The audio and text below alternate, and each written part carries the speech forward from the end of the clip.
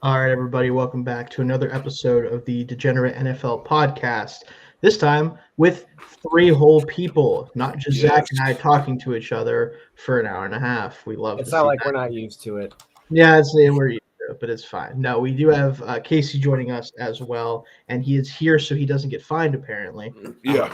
Right now, I don't have the power to do that, unfortunately, or else, maybe I would for several of the people that we do this with. But no, Casey will be joining Zach and I as we discuss the South divisions in the NFL, which, if you're looking at the title of this video, are let's just say they're peak mediocrity, as it says. This is kind of the low tier divisions of the NFL as a whole. It's kind of funny how that works, but that kind of is how it is for both the NFC and the AFC, at least right now. Things can always change. For years, the NFC East and the East outside of the Patriots was pretty bad. So it flip flops from time to time. But at least right now, I think we can kind of agree here before we even get into these teams that this is kind of the floor of the NFL right now.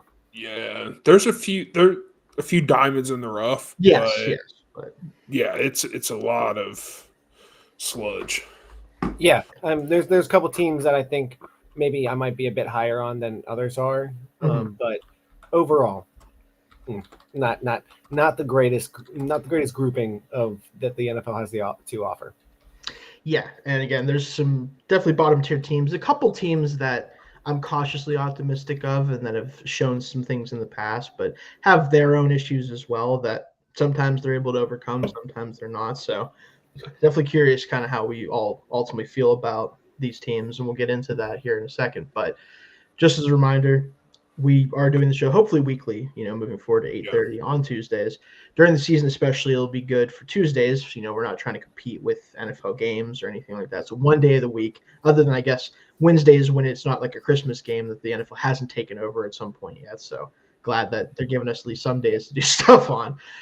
But we will be doing weekly content throughout the season. Right now we're ramping up with, at least, the division previews. So we're going to be able to talk about every team to some degree.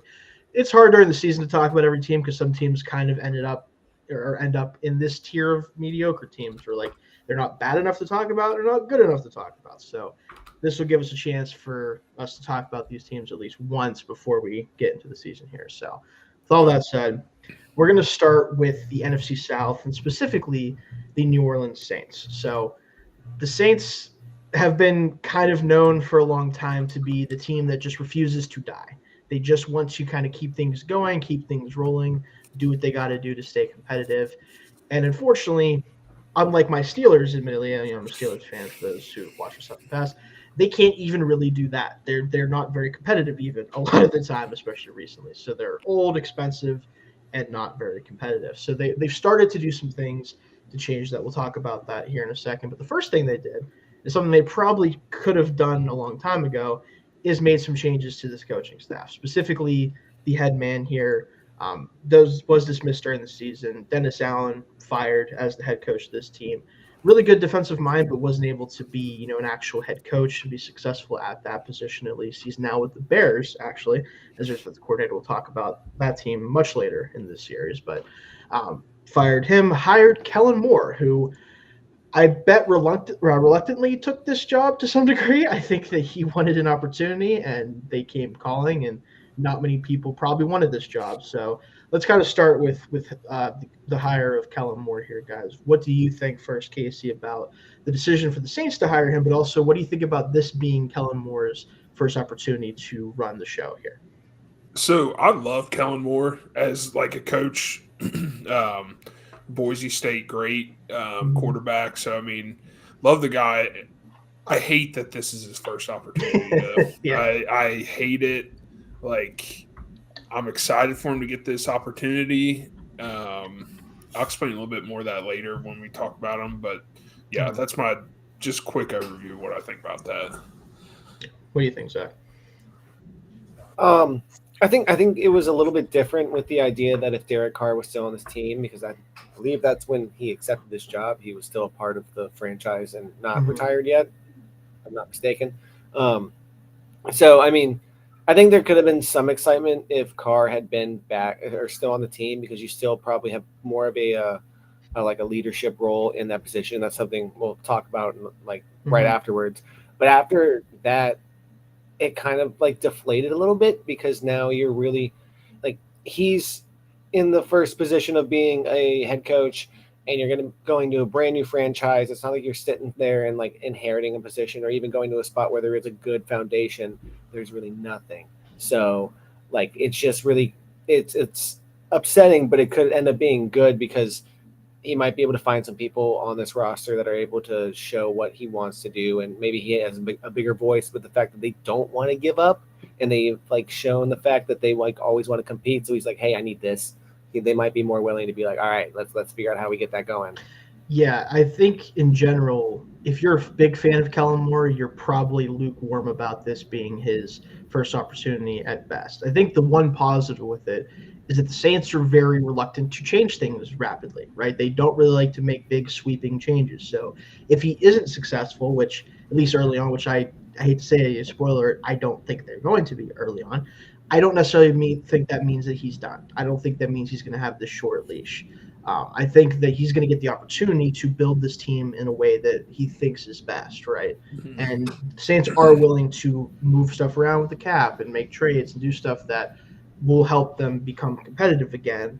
But there's still a lot from the previous regime that has to be kind of cleaned out, both contract-wise, player-wise, stuff like that. So I will say the staff here is going to be important, and I think there's an interesting hire here that we'll talk about in a second, and then one that is not as interesting to me. So let's go over some of the other coaching staff moves here. So they lose offensive coordinator Clint Kubiak. He moves on to Seattle. They hire offensive coordinator Doug Nussmeier, who was previously the Eagles quarterback coach, to be his new offensive coordinator. They also fire Joe Woods as the defensive coordinator who took over once Dennis Allen was gone, running the defense especially. And they hire Brandon Staley, who was previously the 49ers assistant head coach. The Brandon Staley of it all is kind of where I get concerned. And, camera's being weird. Don't worry about it. I'll figure that out in a minute. Anyway, I think the Brandon Staley part, guys, before I kind of send it over to you guys to talk about these moves, is the one that I'm most concerned about because when Brandon Staley was the head coach of the Chargers, he was supposed to be this defensive guy. And let's just say he wasn't very successful defensively, to say the least. The Chargers were a team that struggled with toughness and run defense especially, and just generally being a team that you felt was not nearly as tough as they could have been. And him coming over to a Saints team and a Saints defense that is starting to fall apart a little bit, especially personnel-wise, I'm not exactly expecting a lot out of him as a defensive coordinator here. But what do you think here, Zach, starting to deal with these two hires, these main hires that Kellen Moore's made?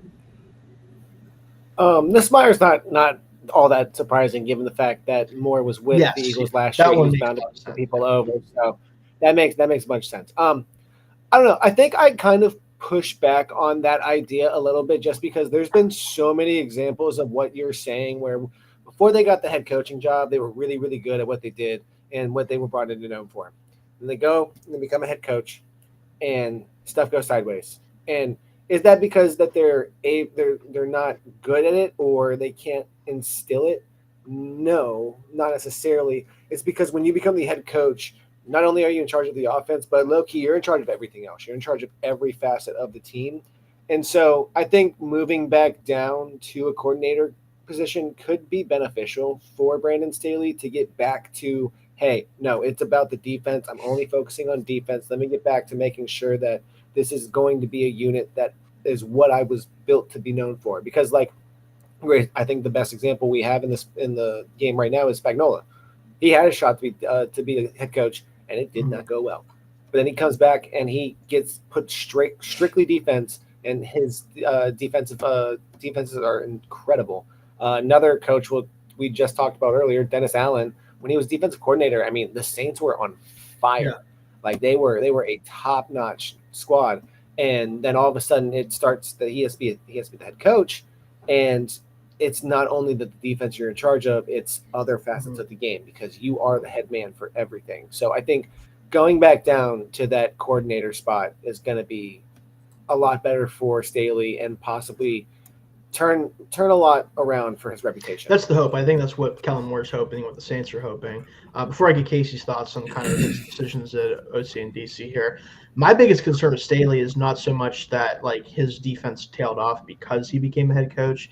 It's more of just the way in which he coaches defense and the style of defense that he runs. He's part of that Vic Fangio tree that flamed out quickly after getting jobs as both head coaches and DCs in the NFL, where they're running a ton of quarters coverage, that like split safety defense, that it's one of the most common defenses in the league now, but it's not run the same way that Staley and many other guys who failed run it, where they're kind of just conceding run defense. Like, you're just going to run on us pretty much. They're giving you short throws without ever giving you like any pressure at the line and trying to force the issue with guys. That's what he needs to change as a defensive coordinator now that he's back in that role. If he doesn't make those adjustments to kind of more of the almost attacking style of the Fangio defense, kind of what we saw with the Eagles last year, where they were able to get pressure with 4, and he was not afraid to come up to the line of scrimmage and deal with receivers if he had to on gotta-have-it situations, then I think he could kind of come back into the fray as a good defensive coordinator. But we need to see that, because the Niners, to be fair, he was assistant head coach last year, not the defensive coordinator, and they were injured to all hell. So you can't really necessarily guarantee that that's why they struggled more in defense, just because he was there.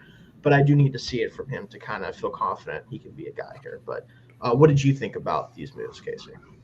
I mean, as a Niners fan, it's good riddance. Stay. That's what I thought. Yeah, I'm nothing against the guy personally. It just, like you said, his style just does not fit the Niners. We're going to hit you in the mouth. We're going to get you on run defense, and then, like you said, that's not what he's all about. So it's just, I don't know. It just didn't fit. It felt like a panic move by Shanahan. So hopefully, like you said, Zach, that this is a way he can get back to his roots, get something better going. So I don't mind it. I mean, Quebec, I'm not surprised by that at all. Sorry, Nussmeier, not Quebec. Nussmeier. Quebec leaving, not a surprise. Nussmeier coming in, not a surprise at all. I will say, just touch on Nussmeier real quick too. Like, he's been around for a long time as both a player back in the 90s, was drafted actually by this franchise, I believe, if I remember correctly, and played most of his career for them in the NFL. And then has been a quarterback's coach and offensive coordinator in college and the NFL, but mostly in the NFL as a quarterback's coach or tight ends coach for a long time. And I think that obviously with Moore here, he's going to be running the offense, right? Like, that's going to be his bread and butter. That's why you hire offensive head coaches or offensive style head coaches, is they can instill their offense and kind of be the play caller most of the time. But it is good to have somebody that he's worked with who he can rely on to probably call the offense at times if he needs to, or just give suggestions, kind of give his thoughts on stuff. And he's been around for a long time in a bunch of different systems. So I like that hire for the most part. I don't think with an offensive head coach, the OC is as big of a deal, but it's still going to be helpful to bring in a guy that has a lot of experience in multiple ways. So that's definitely good. Now, the moves this team made, we're going to start on offense here. And this is the major things that happened to them or that they did. I kept it, try to make it so it's notable things, because we could get into the weeds about it. And I certainly have, but I don't expect anyone else to do that. So as far as offensive moves, what I have for them, big ones. One is, again, out of their control. Derek Carr retirement. That's obviously huge because as much as, regardless of how you feel about Derek Carr, and for me, it's not much, is what I kind of felt about Derek Carr. He is at least a average starting NFL quarterback in most situations. It gives you a floor offensively of when he's in there, you can expect him to do the right thing for the most part. Not going to do anything crazy, not going to be the playmaker that people thought he could be back when he was, a Pro Bowl level player early in his career, but a good baseline at quarterback. You lose that. And now you enter a situation that we'll talk about in a little bit when we're talking about expectations for this team and who they drafted as well. It's tough to say the least. So you have the retirement of Derek Carr. They extended Juwan Johnson for 3 years, the tight end, tight end type of player. Not going to be like a full-time starter for them, I think, but more of like a slot, occasional, hand in the dirt tight end. They brought Brandon Cooks back after probably feels like a decade since he's played for this team, but he's been around the yard. Hey, at least he's going back to a team that he's been At to least, before. hopefully he can kind of finish things off there. And then in the draft, 3 moves that I thought were kind of noteworthy, 3 picks here. With their first round pick, Kelvin Banks Jr., the tackle out of Texas, they go with him. In the first round, they take Tyler Shuck with the 40th pick in the draft, which we'll be talking about that. And then for me, this was a big one just because I like this player a lot. Devin Neal, also running back, brought in here in the late round. Yeah. So those are their offensive moves. Definitely want to take a second to talk about some of those. But the biggest thing is this quarterback situation, guys. Like, Spencer Rattler was drafted last year in the 5th round. He had his ups and downs starting for this team when Carr was out last year, but has I think the talent to at least be a starting caliber quarterback. We'll see if he can make good on that. And then Tyler Shuck with the 40th pick. I don't hate him as a player, as a prospect. I didn't hate him in the draft process, but I definitely felt because of the age thing where he's, I think, 26 currently. You're going to be 26. COVID. For a lot of reasons. He's that old. Injuries, COVID, all that stuff. And the fact that I thought even on tape he was more of like a 3rd to 4th round player, I just couldn't get with it at pick 40. And now he might be starting NFL games right away, depending on how it goes. But what do we think about this quarterback situation? I'm going to go to Casey here first for this one. He will start week 1. I don't see like. They wanted to. I tell you, he's not obliging so far in camp. Yeah, I will say that. Not to interrupt Casey whatsoever, but as he just said, you said Rattler's a 5th round pick from 2024. Haener, who's the other quarterback on the roster, was a 4th round pick from 2023. 2nd round picks are intended to be starters. He's probably starting. Yeah, probably. Yes. Yeah. He's not making it easier on him right now, but go ahead, Casey. No, yeah. So, like, I definitely think that he's going to start week 1. It's going to be interesting for preseason because I think we're going to see a lot of whoever is going to be starting week 1 for them. Like, they don't see a lot of. We're not going to. They don't have like a star guy that they're going to sit out, and then these guys. But like, this is going to be a battle for a QB1 spot. And I don't think Rattler's like so much better than Chuck, to where I'm like, it's obvious. I don't know. So we just talk about QBs because I do like the Juwan Johnson move. I like Juwan Johnson. So so I'm glad he got his extension. Well, also with the quarterback area, I mean, Taysom Hill is starting the season on the PUP list, and that is massive as well. Yeah. So I mean, whether he is technically on the roster as a tight end, but he does play out of the quarterback position, but not having him to start the season is huge given his value to this team somehow, that they are only able to get just that much out of him. But they lost somebody else on the offensive line. Somebody else retired this offseason, correct? Ryan Ramczyk, but he was already so like I didn't even think about him as a loss. But he is no longer with the team. He did retire as well because of injury. So just more issues. One of the reasons why Kelvin Banks is the pick, in the first round. So Kelvin Banks, and then you also have Talise Fuaga, who looks like he's going to be slotting in a right tackle. He'll be moving back to his position, which is good for him, I think. So I think at minimum you have some reason to sit there and be hopeful for the who for Shuck or Rattler or Haener, which we've said Shuck's probably going to be the guy. Again, they invested a 2nd round pick in this prospect. 2nd round picks are intended to start at some point, and at this point, with what else they have on the roster, why not? And you don't have awful protection. God forbid Trevor Penning decides to just be stupid, which is he might play guard, he might not. Who knows what he's going to be? So So, but I mean, I'm not opposed to the rest of the starter or the rest of the starters on that line. It's just how long can you keep this together? You're getting the rookie now, and some of these contracts are going to be coming to an end. You don't really have a way forward to develop with the roster you have this year under the quarterback that's going to start. Yeah. So while you have a roster that looks like pretty on paper and like you see the names and you're like, all right, this isn't too bad. Like, no, at some point we know, and unfortunately we know that Chris Olave is likely going to go down because he's going down every single season this year. And there's no shade on him. It's just, unfortunately, it's what's happened. Trend, And there's just too much uncertainty with the floor of the quarterback situation, that even with the offensive line not looking bad, and have Alvin Kamara finally having a decent protection plan on paper that looks like, will it matter with inexperience? Yeah, and I think the key thing too with this quarterback situation is assuming they're relatively healthy, the offensive core around the quarterback isn't going to be, sensational, but it's going to be NFL average, at least, I think, if you factor in the weapons and the offensive line's potential. This isn't going to be one of the situations where whoever wins the job is just absolutely doomed to fail from the start. I don't think it's that bad.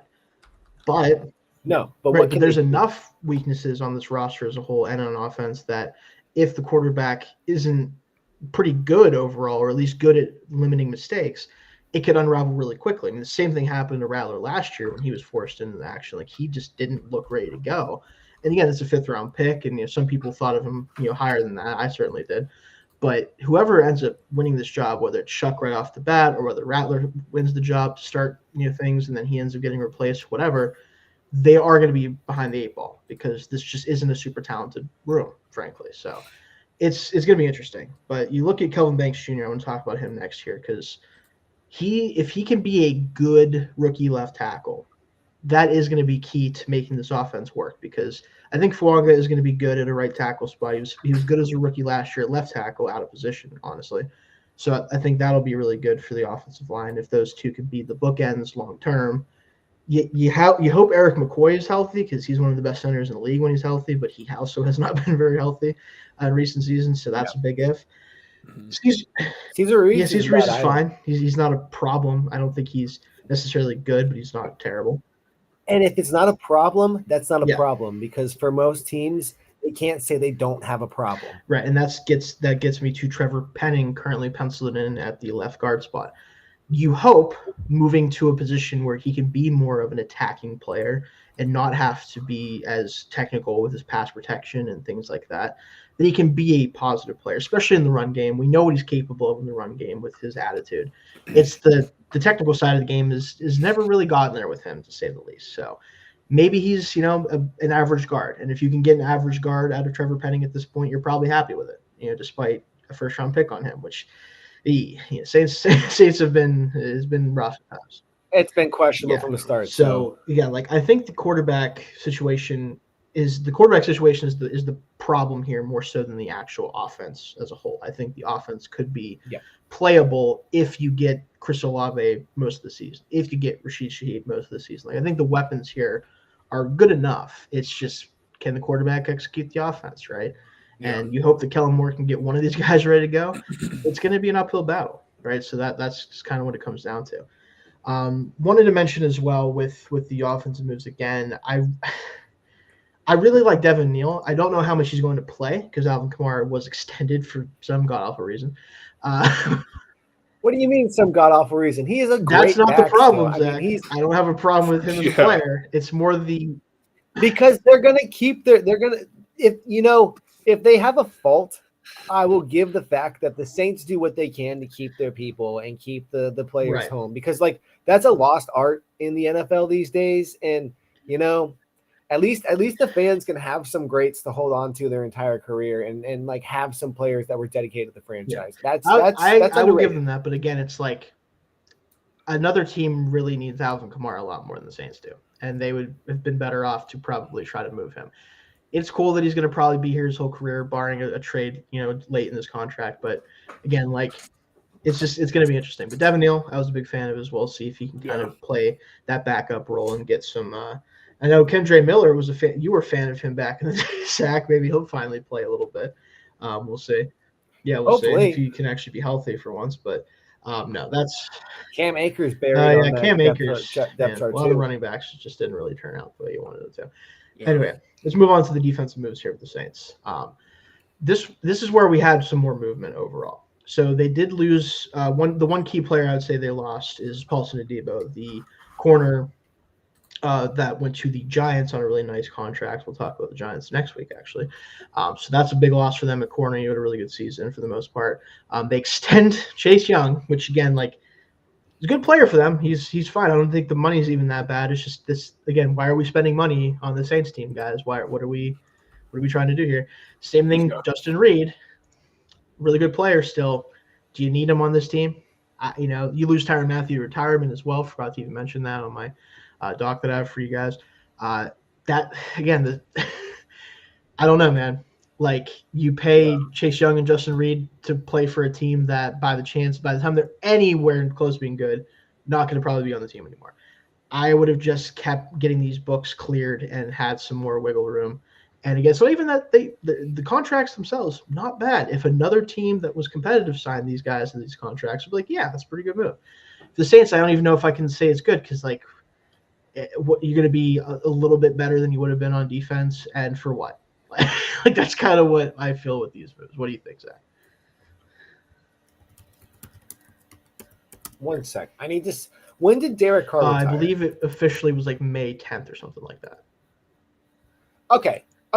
So, low key, if we're sitting here, right, and I want to say a lot of these signings are probably real quick, Zach. High key, we are right here. Yeah, hold on, real quick. If you're gonna try to make the argument to me that if Derek Carr was playing quarterback for this team, that it would make these signings okay, I do not agree with that. I don't care if Derek Carr was the quarterback or not. I just don't. Again, I think if you put Derek Carr in here and you raise the floor significantly, again, we're talking about the Saints. We have to factor in the team that we're talking about. I totally understand why they're like, oh crap, maybe we could do this again. Maybe we can luck into it because that's totally the same. Oh, it is their trade. And so like that's all I'm saying is the retirement of Derek Carr is where like, oh man, yeah, they got screwed again because when you look at the books now, this doesn't make any sense because it doesn't. Now I would and that's where like I will give the front office the pass of at the time of doing a lot of these things. You're sitting there with, we have a veteran quarterback. We hope that we can get something out of the investment that we put into him. And we're going to go all in. This is our last chance to go all in on this guy before he goes away. And then all of a sudden May comes around after you've invested all of this money into your team, which again, ill-advised because we need to tear it down anyways, but it's the Saints. So they're not going to do that because football means too much in New Orleans. And this dude's like, oh yeah, by the way, deuces. And now you're stuck with the rookie or the two-year veterans who don't have any experience. So, like they kind of got screwed. But again, they shouldn't have been doing it in the first place. They should have been tearing down. But that's not how the Saints work. That's not how they do business. That's fair, and I want to get Casey's thoughts on those moves before we get to what they did in the draft. But I will say, regardless, though. We're talking about them in terms of how we feel about them, not what we think the Saints should like. Yeah, the Saints obviously would do this anyway. Oh yeah, I would have had a problem with this, and I did have a problem with it when I thought Derek Carr was still the quarterback of this team. Yeah. So it doesn't really change. It just makes it look worse. I always take their moves with that lens, that with the factor of what football means to the city of New Orleans and the state of Louisiana. They're never going to give up, and as much as it sucks. I know and don't expect anything else to happen in that franchise until they get new management or new ownership. And that's just what it is. Yeah. And I guess that's probably why I'm like, that's what they were thinking. That's what they're going to do. But I'm not expecting anything more of them. I'm not expecting anything less of them. It's just who they are. And so before, again, we talk about the draft a little bit here. Casey, anything you want to add to that conversation? No, I mean, it's just, it doesn't make sense now. I mean, it, like you said, like Shane, even with Carr, it didn't really make too much sense. But like now that Carr is gone, it feels like now they have all this money that they have to worry about. It might not be much to many other teams, but like to the Saints right now and what they need to do, what projection they need to be on and like where they need to be, this isn't great. So hopefully they fire sell this year and get some of those contracts off. Maybe, who knows? I don't know. it's a hard spot. It just makes me feel even worse for Kellen Moore, honestly. Yeah, that's just kind of where I'm at too. But so real quick with the draft, not too much to talk about on the defensive side here. But the interior defensive line they added to with Vernon Broughton out of Texas, the other interior defensive lineman from Texas. We'll talk about the other one with the Niners here in a couple of weeks. Casey knows all about him. Yeah. Linebacker Danny Stutzman, who is like he would be awesome 20 years ago, is my take on Danny Stutzman. But good player overall. And then quarterback Quincy Riley, who had a lot of fans in the draft, but he had a really rough season last year after a really good season the year before. You're hoping you get more of 2023 Quincy Riley than 2024 Quincy Riley for the Saints. So good depth there. Adds, I think, the defensive line definitely needs help. Broughton could have a pretty big role right away. The other guys probably looking in 2026 and beyond for impacts from that.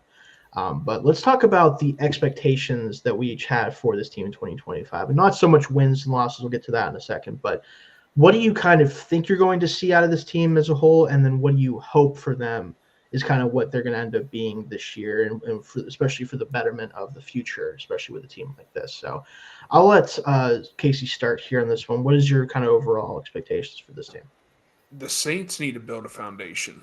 They need to, get out all the crap. Like I said, with the defense, get out of all that. Find you a quarterback, hopefully. One that you don't even need to find the star guy. You don't need your Burrow, your Jackson, your Mahomes right now. You just need like a Jared Goff, a Trevor Lawrence type guy. Like, it's not amazing, but he's going to get you there. They need to build a foundation. Hopefully Kellen Moore can fight through whatever crap he's going to go through these next few seasons. Maybe Staley's going to be the scapegoat for one of those years. I could see that happening. But they need to build a foundation. They need to figure out what's going on if they want to take this thing seriously.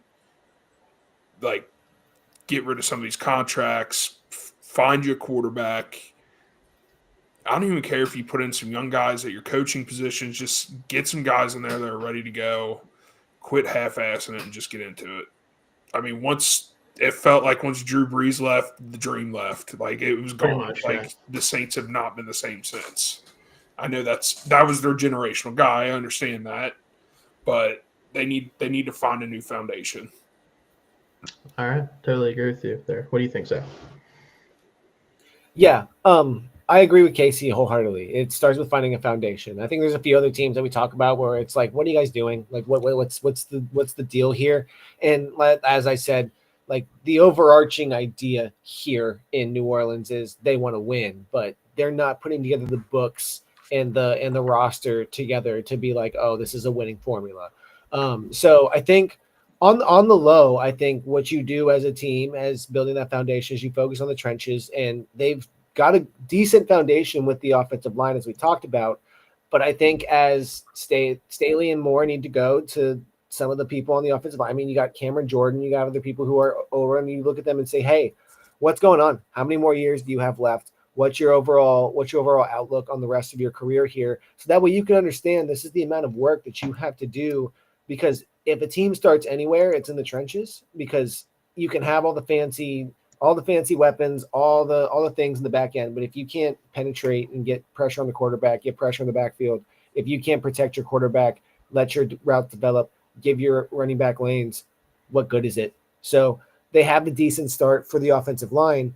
You have some questions on the defensive line. So you look at this season and you really hope that one of your quarterbacks can latch on and figure something out to be successful for the actual proliferation of the offense. But you really need to figure out what's going to happen with the offensive line and the defensive line. And like we said, the offensive line is good to go and decent in starting. Hopefully Trevor Penning makes that turnaround in the new position. But what are you going to do about this defensive line that has major questions? Yeah. We do have a chat here from Chris, which I believe is a friend of yours, Casey. Right? Yeah. Here we go. Dak Prescott. Yeah, we'll get to him. Yeah, we'll get to the NFC East. Yeah, we'll get to him next week. But now, thanks for joining us here, Chris. But so as far as my expectations for this team, real quick, I'll be brief because you guys did a good job of kind of talking about it. I think Kellen Moore has to establish what he wants the identity of the team to be. Like, that's the biggest thing. And that falls into the foundation talk a little bit too and everything. But he needs to figure out, one, who on this roster is able to get him what he wants out of this team. Like, who can be a part of this offense that he's trying to build? What kind of identity does he want on defense? Hopefully it's not the Brandon Staley Chargers identity, which was being bad. You hope you can settle something there. And I think the biggest thing is he needs to get people to buy in. Like, this team has to play hard for him in 2025. Yeah. If that doesn't happen, that's how it ends up ending very quickly. Wins and losses do matter to some degree, but I think it's more about how does this team go out there and kind of show what they can do every week, whatever amount they have to give. It's not going to be as much as most other teams, but are they giving maximum effort?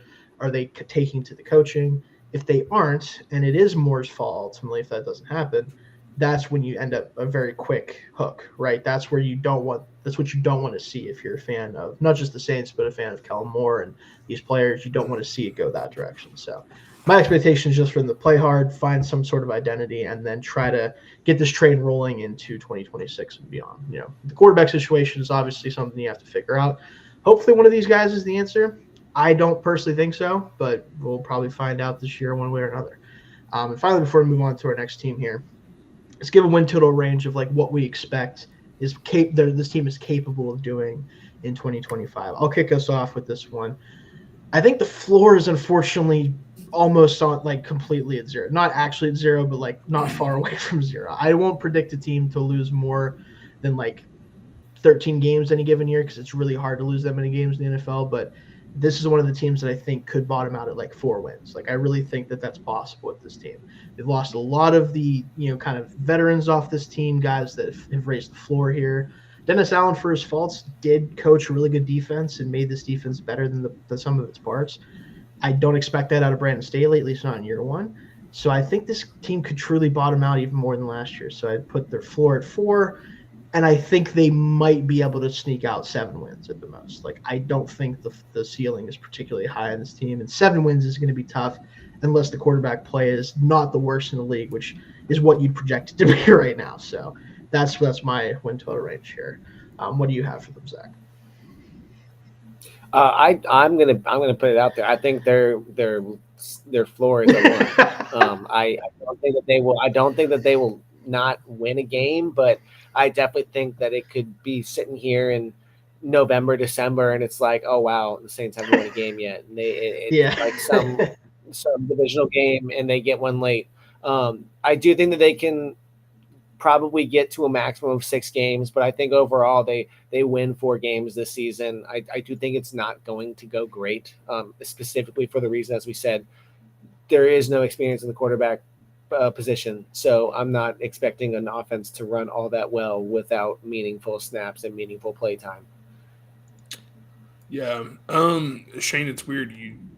Predictions are very similar to mine. I said 4 wins realistically is what I see. 7 is we fucking won a Super Bowl for the Saints. Pretty much. This year. I think Saints is like the top they can get. Or 7 for the Saints is the top they can get this year.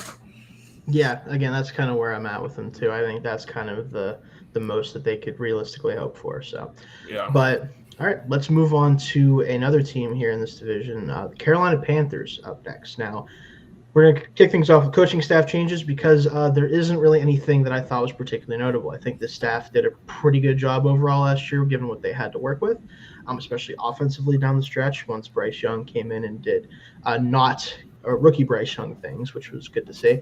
So nothing really major there. So we can move right on to offensive moves. Now, this is where we start to see some things change a little bit. Let's talk about first players that they either released or re-signed. So Miles Sanders goes away finally after that contract was a disaster. Good thing that they had I can't think of his name right now. It's terrible. Running back for them. Why am I blanking on his name right now? Chuba. Chuba Hubbard, right. Yeah, Chuba Hubbard. So good thing they had him because the Miles Sanders move did not work out, unfortunately. They re-sign Austin Corbett to be one of the interior offensive linemen, most likely.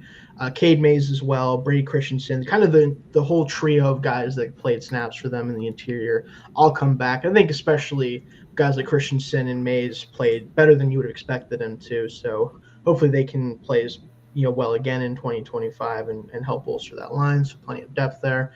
Resigned Tommy Tremble, who it's Tommy Tremble. I put him in notable just because he got a nothing contract from them. Like he's kind of just a guy on that team. They signed Rico Dowdle, 1,000-yard rusher Rico Dowdle, I must say. Respect Rico Dowdle's name a little bit there, to pair with Chuba Hubbard there. And unfortunately, that's a big sign that Jonathan Brooks might be cooked. I didn't label him as a loss, but he kind of is because I just don't know if he's long for the NFL, unfortunately, with his knee injuries. So those are kind of the major moves they made. They also brought in who's apparently looking like his old self, Hunter Renfrow, fresh off apparently he was very yes, he sick. had, I believe, ulcerative colitis, and he's figured that out for the most part. So he's back looking like his old self. Could be huge for this team at receiver because another major move they made is in the draft here. 2 moves on the offensive side of the draft that I thought were notable. With their first round pick, Tedero McMillan, a player that was very all over the place with the draft community. I kind of had him more as a mid to late first round pick, but I get it with this group that they had. They didn't have this type of player, that big bodied, outside receiver that can also play in the slot. Like, I think the fit is good, even if maybe the draft slot was a little high for me. And then they did bring in another running back in Trevor Etienne. And yes, that is the brother of Travis Etienne of the Jaguars. So a lot of interesting moves on the offensive line, brought a lot of guys back, kept things kind of in the same boat because that was the strong suit of this team if they had one last year, which, not really, but definitely down the stretch they did. So let's just talk about kind of what we think the offensive direction here. I want to go to Zach here first. What do you think of these moves? I think if you're looking at the Panthers in the long-term stretch of what they had at the end of the season, these are not bad moves. These are actually really promising. As you said, unfortunately, the signing of Rico Dowdle probably means that Jonathan Brooks is cooked. And for myself, the selection of Trevor Etienne likely means that Raheem Blackshear is cooked. Probably. But I mean, these are not bad signings at all. It's now, they had the big-bodied receiver that you wanted when they had DJ Moore, but then they made that decision, and they have Bryce Young. So again, this all hinges on, do you get the Bryce Young that ended the season and showed so much promise, which I think you do. If anything I thought was successful for the Panthers last season, it was making the controversial decision to look at him and say, hey, guess what? You're benched. You're sitting. And that mindset, as damaging as it can be for some people, it is not always. I think we ask way too much of rookie quarterbacks far too often, especially given the fact that there aren't many rookie quarterbacks that are actually ready to start week 1 in the NFL. You get some every now and then, like a Joe Burrow, or I mean, I don't even think we hyped up Trevor Lawrence. I don't even think Trevor Lawrence was. Well, then again, Urban Meyer was a terrorist, so. Yeah, that's true. But even then, he wasn't in a good situation. There's not many times where you're going to have somebody who transcends their situation, which if you have the first overall pick, the rest of your team likely isn't good. So you're not walking into a sound foundation to excel anyways. And then on top of that, if you are, then there's something else that's happened that it's like, all right, whatever. Like these people don't come around all that often. So that was fantastic. So you're hoping that Bryce Young can come back and do all these things, and these moves are going to pay off for you. But if you get the first half of the season, Bryce Young, the front office and the coaching staff are going to be sitting there with egg on their face being like, oh, man, what have we done? Yeah. What do you think, Casey, overall, with the kind of offensive direction they went this offseason? I'm loving the Panthers right now. I'm buying in on the Panthers. I'm not saying that they're going to be like amazing, but I'm loving if you look the at direction. my title here today, I also am pretty happy with the draft. So I mean, Hunter Renfrow, I'm excited about that. In my notes before the show, I put "Let's go Renfrow." I said that's a huge pickup for Young. I mean, I think. I mean, and then the Etienne, Rico Dowdle. I didn't mind Dowdle with Dallas. He did an admirable job considering it was not good for them. Yeah. So, like, considering they didn't want to dedicate themselves to him. Yeah, I think he's going to be a great. Like, he just goes in and he's like, you guys need 4 or 5 yards. All right, I'm going to put my head down, or I'm going to make a move and get you those 4 or 5 yards. So, yeah, I mean, I'm loving the direction. I think they drafted fairly well offensively. They're just trying to get some weapons, I think, now. So we'll see what happens offensively. Got JT chiming in. Low-key, I wouldn't be shocked if the Panthers won 9 or 10 games this year. I think that, and we'll get to our win totals later, I think that's the ceiling of this team. That's just a spoiler for that. I think I'm kind of in the same boat with you there, JT, where this team has enough talent now where, assuming the coaching, especially on defense, where I do like Evero a lot as a defensive coordinator, keeping him around is, I think, huge, because could have gone somewhere else potentially, but they didn't want to let him go, and I get why, because they're starting to fill this talent, this defense up with talent. We're going to talk about those defensive moves in a second, but yeah, like before we get into that, my thoughts with the offense at this point is like they have a real receiving core, I think, in 2025, especially if Leggett can make a leap a little bit, catch the football better. He got open. He made plays for this team last year, but he just wasn't consistent doing so. If he can make another leap, if you get something out of the rookie McMillan enough to make him a valuable piece of the offense, Adam Thielen was really productive last year still too. Like, even if Renfrow makes the team, like you have 2 slot type guys then that you can use that different skill sets. I was just about to say, like, they just got another Adam Thielen basically. Yeah, a different skill set, but the same idea, like reliable, can get to third down conversions. Like, they go 5 deep at receiver. Do you think they're just signing for a cup of coffee and it like ends up being one of their best transactions of the year? It absolutely could be. So, like, I'm very bullish on what Bryce Love could accomplish. Bryce Love, that's a name. Bryce Young. Bryce Young can accomplish. Yes, it's actually Bryce Young can accomplish, because if you look at just like, granted, if you look at the analytics of it all and all that stuff, like it backs it up, and you can watch the game. I think you get the same idea. Down the stretch of the season, like the last 6 or 7 games of the year, Bryce Young was a top half league quarterback, man. Like he was. Like you can look at a bunch of different statistics that tell you that. You can just watch the games; it'll tell you that. He got back to like what we were hoping he'd be able to do, despite the lack of size and physical traits and stuff like that. It's just, I don't know.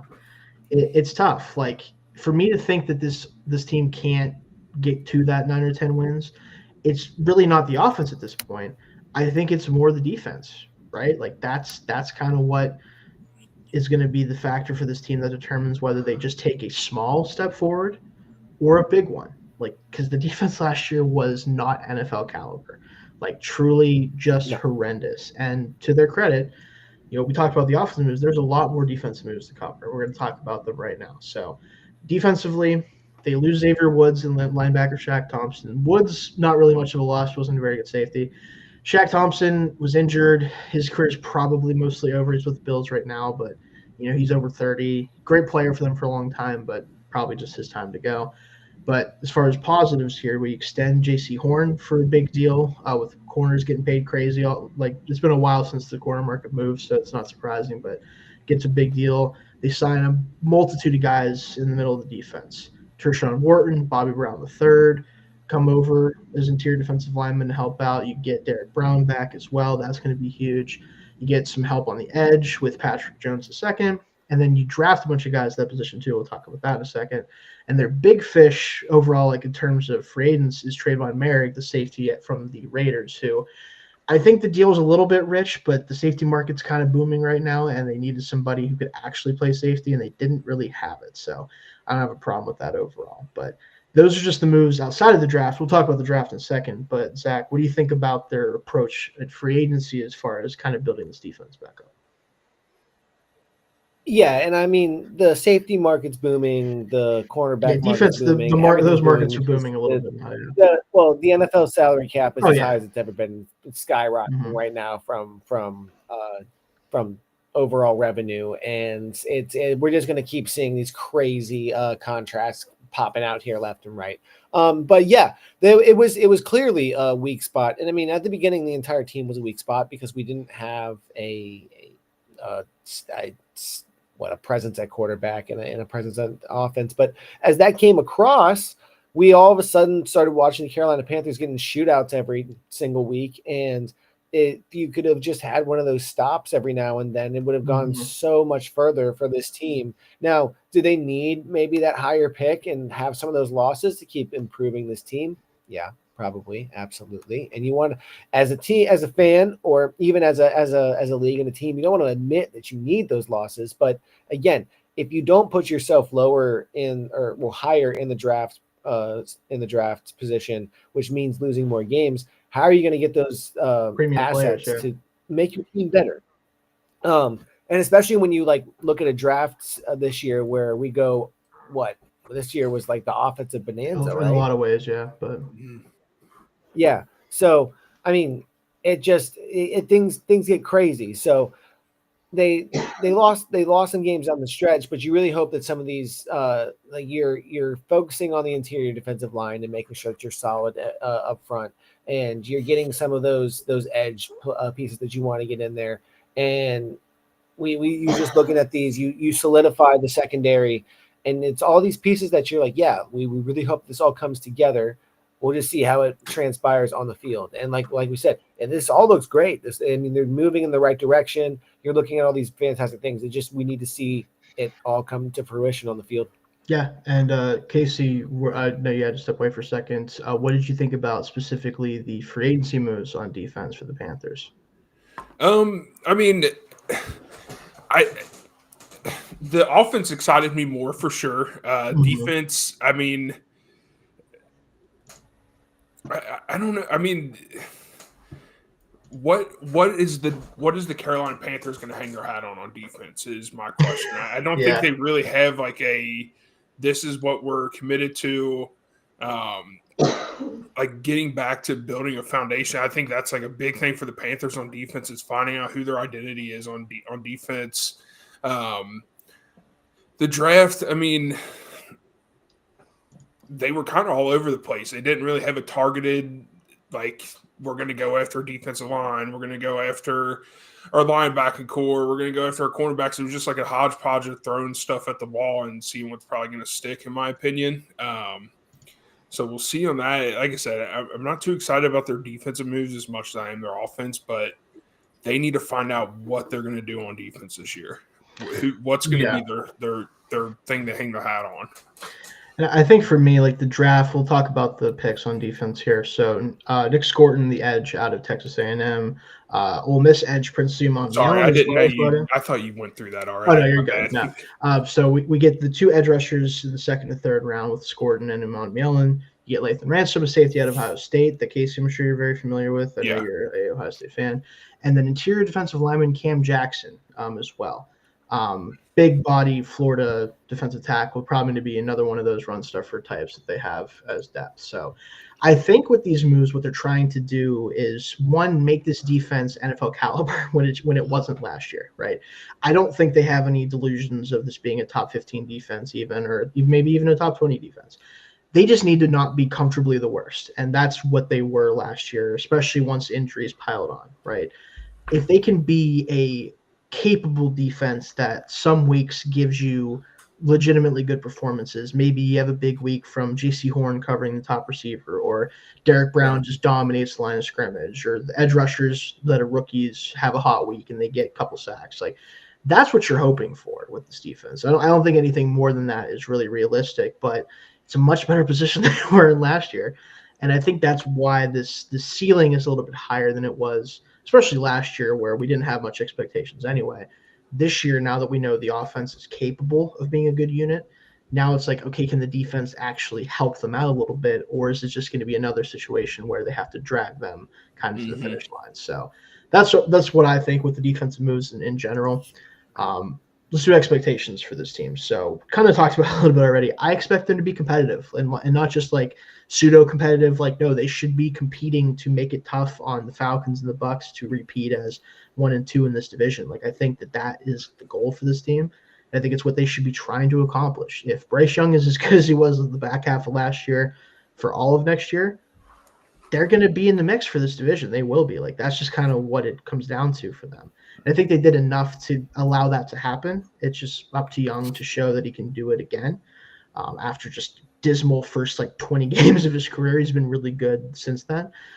But that's what the expectations are for me. Is you gotta win 7, 8, 9, maybe even 10 games and try to make this team actually respectable again. So, what do you guys think with that? What do you think, Casey, specifically here? For the Panthers, you need to see what you're going to do with Bryce Young. If Bryce Young has a good year this year, or even an average year, are you going to build around him even more? Are you going to go all in with him? If he doesn't have a good year, then you need to go back to the drawing board, see what you're going to do at quarterback position. Probably, yeah. This has been a long process so far. I know he's only been, what is this? 2 years. It'll be his third year this year. Third year, so it's that's 3 years of these fans just eating bullshit sandwiches every week and just watching trash on the field. They couldn't even give away tickets last year. I mean, they need to figure out what they're gonna do with Bryce Young. Bryce Young needs to step up, show what he can do. He had a great second half end of the season last year. The Panthers looked awesome, and I think that's really boding well and going into this season. So what can Bryce Young do?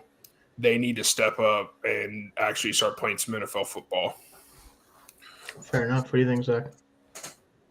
Yeah. I mean, like I said, they made the moves that, I mean, the moves that teams that make that are serious, and you need Bryce Young to step up and be the quarterback that you drafted him to be first overall, to be the cornerstone of your franchise, and show that this is a serious team. I definitely feel like this team can compete with the best of the NFC South, but will they? You can, but will you? That's what it comes down to, yeah. And we'll talk about it right now, the win total range. I'll start again with this one for me. I think that this team could still have a season similar to last year where they're winning 5, 6 games. I'm going to put it at 6. I think that this is a good enough team where they'll get to at least that, even if things don't go their way. But I do think the ceiling is 9 or 10 wins. I think that this team is capable of competing for a playoff spot in the NFC, especially in a division that, frankly, I like the other two teams in this division. We're going to get to them in a second, but they have their own issues, some of them even bigger issues than what the Panthers are dealing with, depending on how things play out. So I don't want to say that it's impossible they could sneak in there and win the division. So 9 or 10 wins is probably going to be enough to do it. It's been that way for a while. That's where I'm at with their win total here. But what do you think, Casey? Oh, you're muted still, bud. Sorry. Very similar to what you have. I think I could see a 6-win season if things don't go as planned. But with the talent they have now, I still think they can get 6 wins. Realistically, I think it'll be 8 wins, and then the ceiling 10 wins. I definitely – do I think they win the division? No, but they can definitely call some fits. So, what do you have, Zach? For their floor, I think I'm right with you guys at 6 wins, and their ceiling at 10. Overall, I think that this team's probably going to get right there at the 8 and 10 mark. Well, yeah, right, 8 and 10 or 8 and 9. It'd be 8 and 9 in that situation. Yeah, 8 and 9. The 8 and 9 mark, sitting right on 500. I mean, we're seeing positive movements, but there's still going to be some growing pains. It's not like this team's going to transform into a playoff contender overnight. But if things go right, yeah, they could be. Yeah, I'm right there with you guys, like I said, on that. So let's talk about the Atlanta Falcons next year. Before we even get into some of those changes and everything like that, this is one of the most fascinating teams in the league to me, because they did one of the weirder things any team did this offseason, and they did it the year before as well, and it kind of worked out for them in a weird way, but we'll talk about that in a second. When they traded away a future first-round pick in a year where I don't think they're guaranteed to be that good, to get 2 edge rushers, one of whom is only sort of an edge rusher. We'll talk about that in a second. And just kind of tried to finally address the edge position after years of pretending it doesn't exist, and they did it in the funniest way possible, which is very Falcons coded, I would say. So before we get into that part of it, though, they did make one major coaching change, and it's one that had some controversy surrounding it, not because of the quality of the coach necessarily, but because of something that coach's son did. They bring in Jeff Ulbrich, previously the Jets' interim head coach and defensive coordinator, to be their new defensive coordinator after firing Jimmy Lake, who did not do a very good job with this defense in the first year under Raheem Morris. And Ulbrich is an interesting hire in his own right, but his son, if everyone remembers this, decided to prank call Shadur Sanders on the day of the draft. And he was fined personally. I think it was $100,000 for it. Yeah, it was pretty big. Because it was because I think he got his son got the information from him by taking it from, I think, like a team iPad or something. Point is, that was an inauspicious start, to say the least. But as a defensive coordinator, I do think he can bring some interesting stuff to the table. But that's the only major coaching staff move. You guys have any thoughts you want to throw in there on that? Nah, I don't have anything. I think it's an improvement. Yeah. I mean, the Jets' defense wasn't bad last year, and they were definitely going to cut ties with Ulbrich. So I don't think it's a bad move, but I mean, yeah. It was interesting, to say the least. Offensive moves, very few to note here. The offense remains pretty much the same, minus Drew Dahlman moving on to the Bears. Again, we'll talk about them at some point. They did re-sign their other center who had to play a little bit last year, Ryan Newsel. He should be the starting center moving forward. And they extended offensive tackle Jake Matthews, who to me is kind of like the Andy Dalton of offensive tackles, where if you have a worse offensive tackle than Jake Matthews at this point, probably looking for an upgrade. If you have Jake Matthews, you're fine with it. If you have better than Jake Matthews, you're like, all right, guys, we're doing all right. So I have no problem with that. He's a solid, stable left tackle. He used to be a better player than that, to be fair, but he is getting up there. So, but you're happy with him. So not much to talk about on the offense in terms of moves, but I do want to take a second to talk about kind of the elephant in the room per se. What do we get out of the lefty Michael Penix in year 2 after the controversial draft pick of him at 8 in 2024? One of the best moments that's ever happened on not necessarily this channel, but our group, whenever Dalton, who will hopefully be on the show soon, and I reacted to the 2024 first round. Definitely going to have to clip that at some point and have that as just a reaction to things. What does he give this team in year 2? I think it's really ultimately what this season is going to be about, is what does he look like as a full-time starter?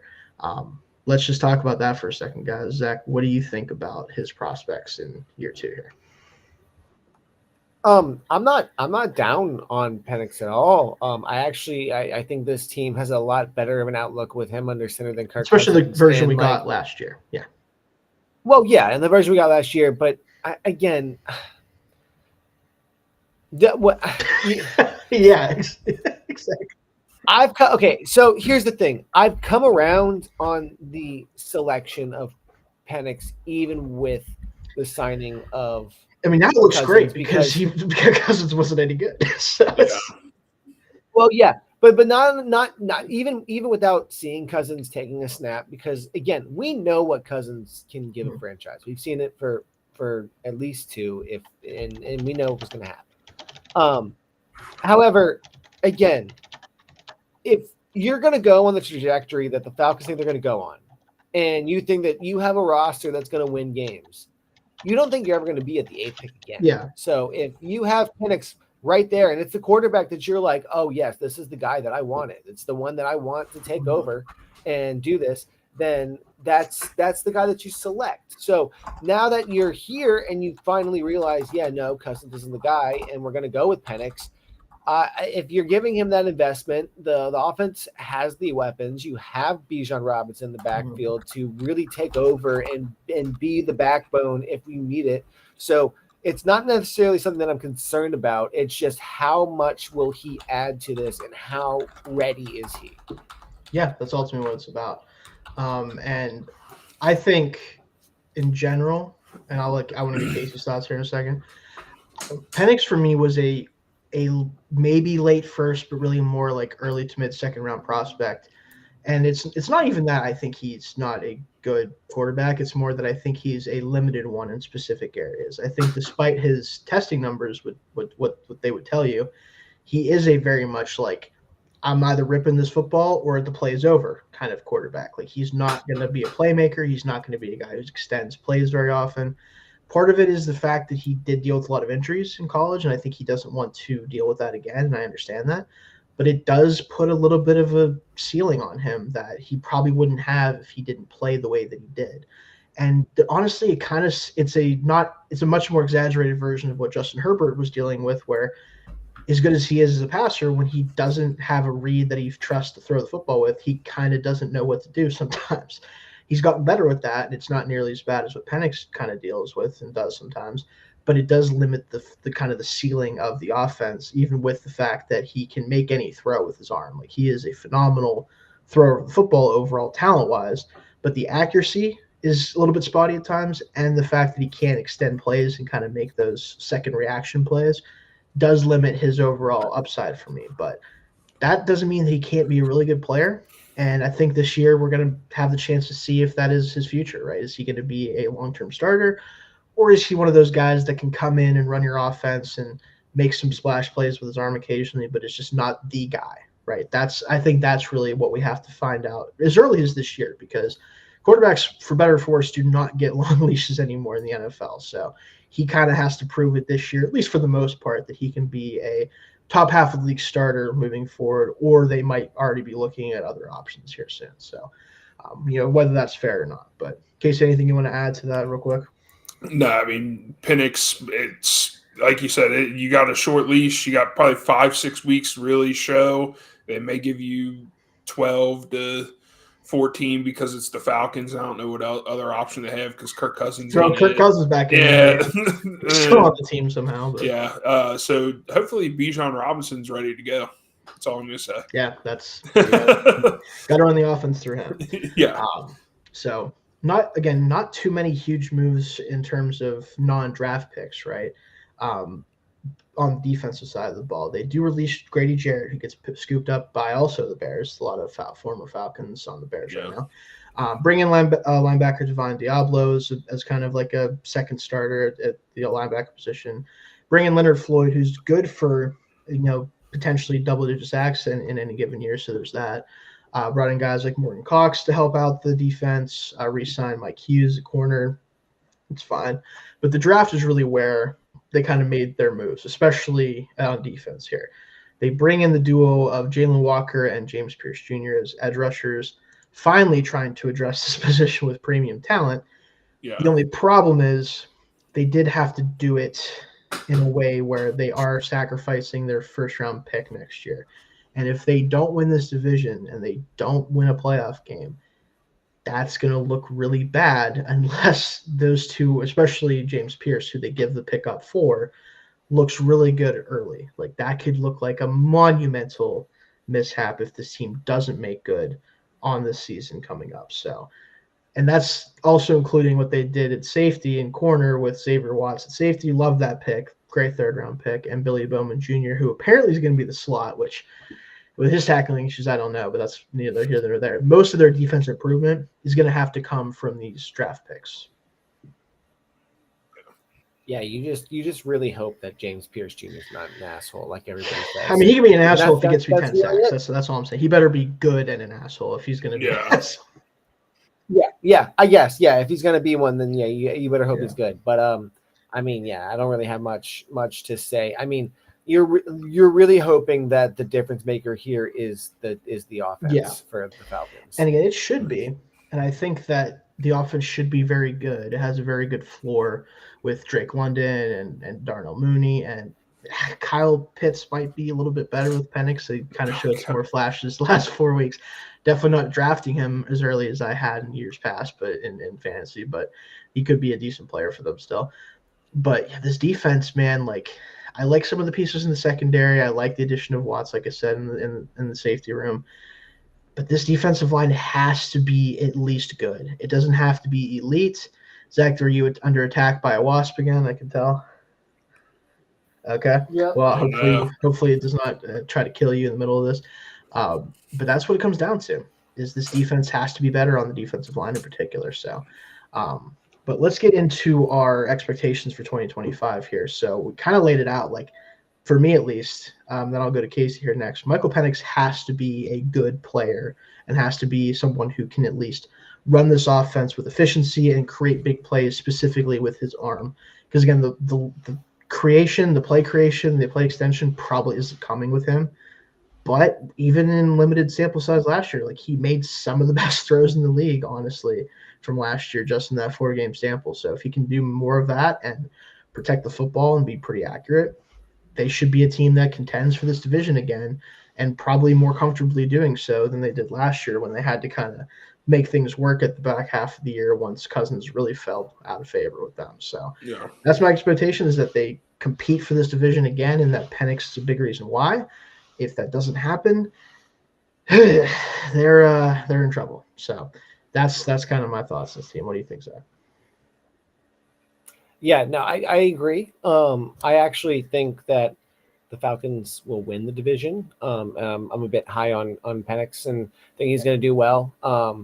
I really think again, you hope from the Falcons standpoint that your investment in the defensive line pays off, and that your investment in the offensive line pays off. And they've done that. They've addressed the trenches. So you really hope that comes to fruition. But it's really going to be on Penix raising the floor and letting this team reach its ceiling. And I really do feel like the ceiling of this team is NFC South champions, not by much, not by like, oh my gosh, this team is going to win a lot of playoff games and make a deep run, but you're still NFC South champions. And that's something for the teams in this division. What do you think, Casey?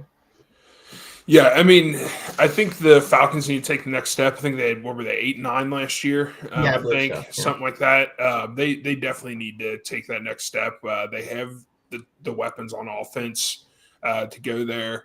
I love the Leonard Floyd pickup, honestly. As a Niners fan, I wish we would have kept him. I think that it's good edge mercenary for hire. Yeah, I mean, he should help raise the floor there a little bit. Yeah, he's a dog. I mean, he just comes in, does his job. Like I said, I hope we kept him, but it's fine. I think he's going to bring a lot of attitude to that defense. I mean, James Pierce Jr. is obviously going to bring some as well, but they need to step it up. And I think Michael Penix he could be the guy. Like I said, I made a joke that Bijan better be ready this season, but I do think Penix could do it. I'm going to be optimistic on Penix, and I think they can take this next step. I don't think they win the division because of who we're about to talk about next, but better year than last. Yeah, I tend to agree. And let's do a win total range real quick here. I want to let Zach here real quick so he can continue to defend himself against his intruder. He went in the closet. Oh, so no. There you go. All right. Just don't forget he's in there, because when you go in there, shit. Yeah. What do you have for the win total range for this team? So I mean, I think that the floor is considerably raised from last season, because with the fact of what we saw from Kirk Cousins to start, I mean, that floor was low. It raised a bit with Penix coming in. I think it's about around seven wins. And then as far as a ceiling, I think they can win 11 games. I don't think it's out of the question, but I think overall that this is a 10-8 team, or my gosh, a 10-7 team. 18 weeks. You feel it coming. Zach's coming. Yeah, right now. Yeah, he's just talking to us from 3 years from now. Yeah. Yeah, I mean, yeah, you're right. It is coming. No, I think this is a 10-win team. I mean, and then again, I think that 10 wins is all it takes to win this division this season. And because, I mean, frankly, I don't feel like it's the strongest. Yeah, that's why we're starting with this team. I do have, for this division, I have the same range. I think 7 is kind of the floor. I think that's like Penix isn't a good player. They have to either turn to Cousins or they just let him ride it out, but he has his struggles. And the defense is just as bad as last year, which is potentially the case, depending on how the rookies play and how the back end holds up.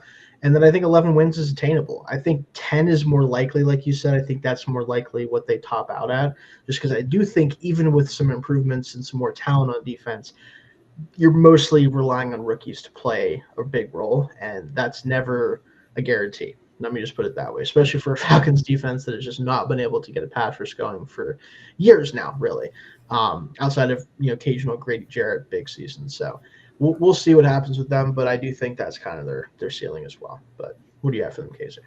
I didn't have like a floor or ceiling. I think the Falcons are going to have 10 wins this year. Come hell or high water, 10 wins. That feels right, honestly. Yeah. It does. Yeah. Like, I think there's a reason why we're kind of, because I think we know that that's probably the ceiling of the division potentially as well. Although I do think Tampa, not to spoil anything, I do think their ceiling is ultimately higher than the rest of this division is. But speaking of Tampa, let's finish up with them. I was supposed to be both South divisions.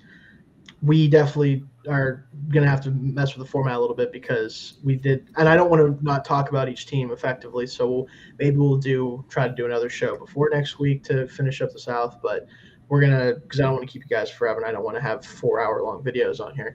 We're going to do the Tampa Bay Buccaneers to finish out the NFC South, and we'll catch the AFC South in a separate episode. But let's talk about that team. Well, you can take a little bit more time. Arguably the worst division of the two. Yeah. So we'll handle the AFC South in a separate episode. I'll get somebody on to do that. But before we get started, I was wondering if JT was still listening because I was about to shout out JT. I knew he was going to want to see what we think about the Buccaneers, even if it's just to yell at us about our thoughts on them, if nothing else. But I think mostly he's going to like what at least I have to say. Can't promise for anyone else. But let's talk about this team. So let's get into coaching changes, which for them, there is a big one that we need to talk about, and one that I think is going to shape this team's season to some degree, how much of a downgrade it is, because realistically, maybe JT feels differently, but I think it is going to be some level of downgrade, and that is specifically at the offensive coordinator spot for the third year in a row now, maybe 4, but definitely 3, I know. The offensive coordinator is going to be different with Liam Cohen taking the Jaguars head coaching job. I am definitely excited about that. We'll talk about that later, not today, unfortunately, but in a later episode with the AFC South. But with him, I was going to say, you didn't get to hear me say dude. No. I'm not even going to say it. You have to wait. No, we'll have to wait until we can do that one. No, but he moves on to the Jaguars to become the next head coach in a weird kind of weird situation where he wasn't, and then it was weird. I don't want to get too deep in the woods on that. His son was sick. JT I don't know. knows more about that than I do, and probably could, if he wants to throw something out there, he can. But the situation was a little bit weird, but ultimately it gets done. He does become the Jaguars' next head coach, and promoted to replace him is going to be Joshua Grizzard, or not, well, maybe Joshua, but Josh Grizzard is now going to be the offense coordinator. Was on the staff previously, so he is new to that position. But JT says, okay, I would assume downgrade just because he doesn't have any experience. Exactly. Like, you assume there's going to be some amount of downgrade. It doesn't mean that's going to be crazy because this is a guy who was on the staff, so he should have some semblance of an idea of what that is or what the offense wants to be. But again, not going to be Cohen running the offense after he did such a good job last year. That's kind of the biggest difference that this team is going to be dealing with, especially in terms of coaching, even just overall, like with the way that Cohen ran this team offensively last year, especially in the run game, I would say was just phenomenal. What they were able to do with the running back group and with the rookie that admittedly probably should have been drafted higher, but we'll talk about him a little bit here too when we talk about the offense. But it's going to be tough, I think, to replace what Cohen did for them last year. Now, they did already do this once where they lose a guy to a head coaching job in Dave Canales, the Panthers head coach, and they got better, right? Do I think they're going to get better again? Probably not. That'd be asking a whole lot, but it is, I guess, possible. But what do you think with that, Zach? How do you think that's going to affect things kind of for them? I mean, I agree with the consensus here that that there's going to be a downgrade. I mean, you have somebody stepping in with no experience, and it's going to take a toll. But you do have a solid floor. Although with my expectations later, you do have the same team for the most part, but I think there might be some other teams with a bit more motivation to just attack the season differently.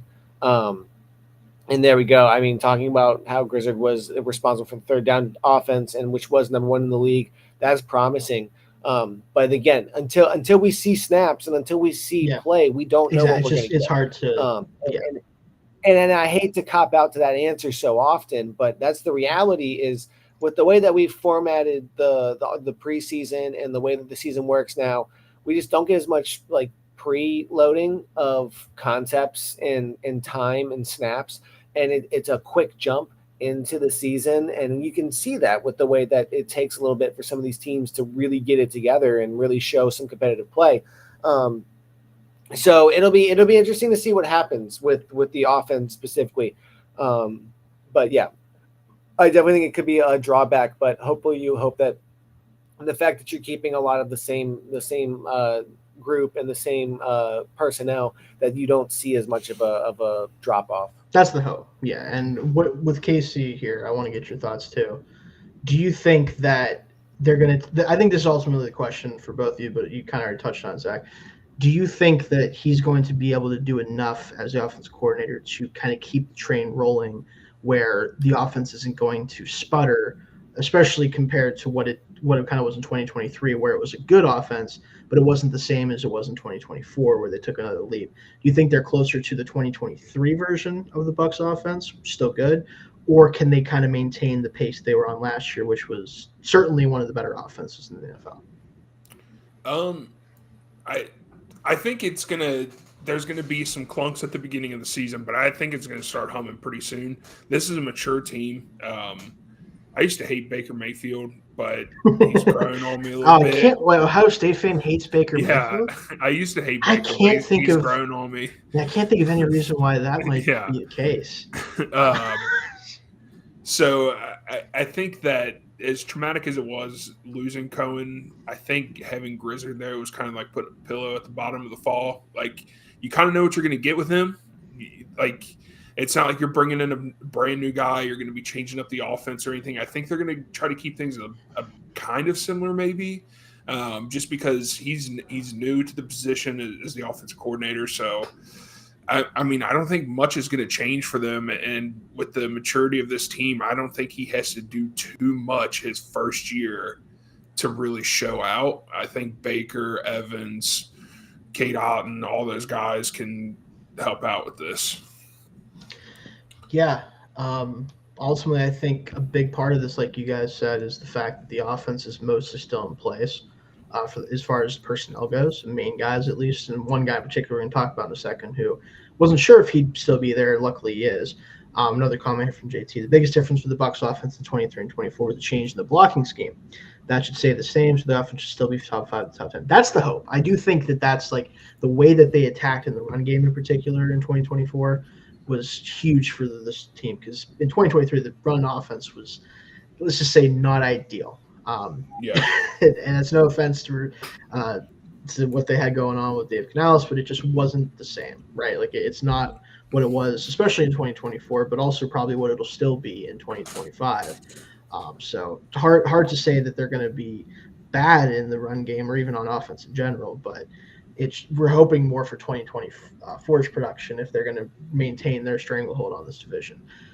Going into offense moves on the offensive side of the ball, not a ton of big ones in terms of additions to me, especially like in free agency. There is one in the draft that I definitely want to talk about. Yeah. It's more about what they were able to retain, specifically Chris Godwin.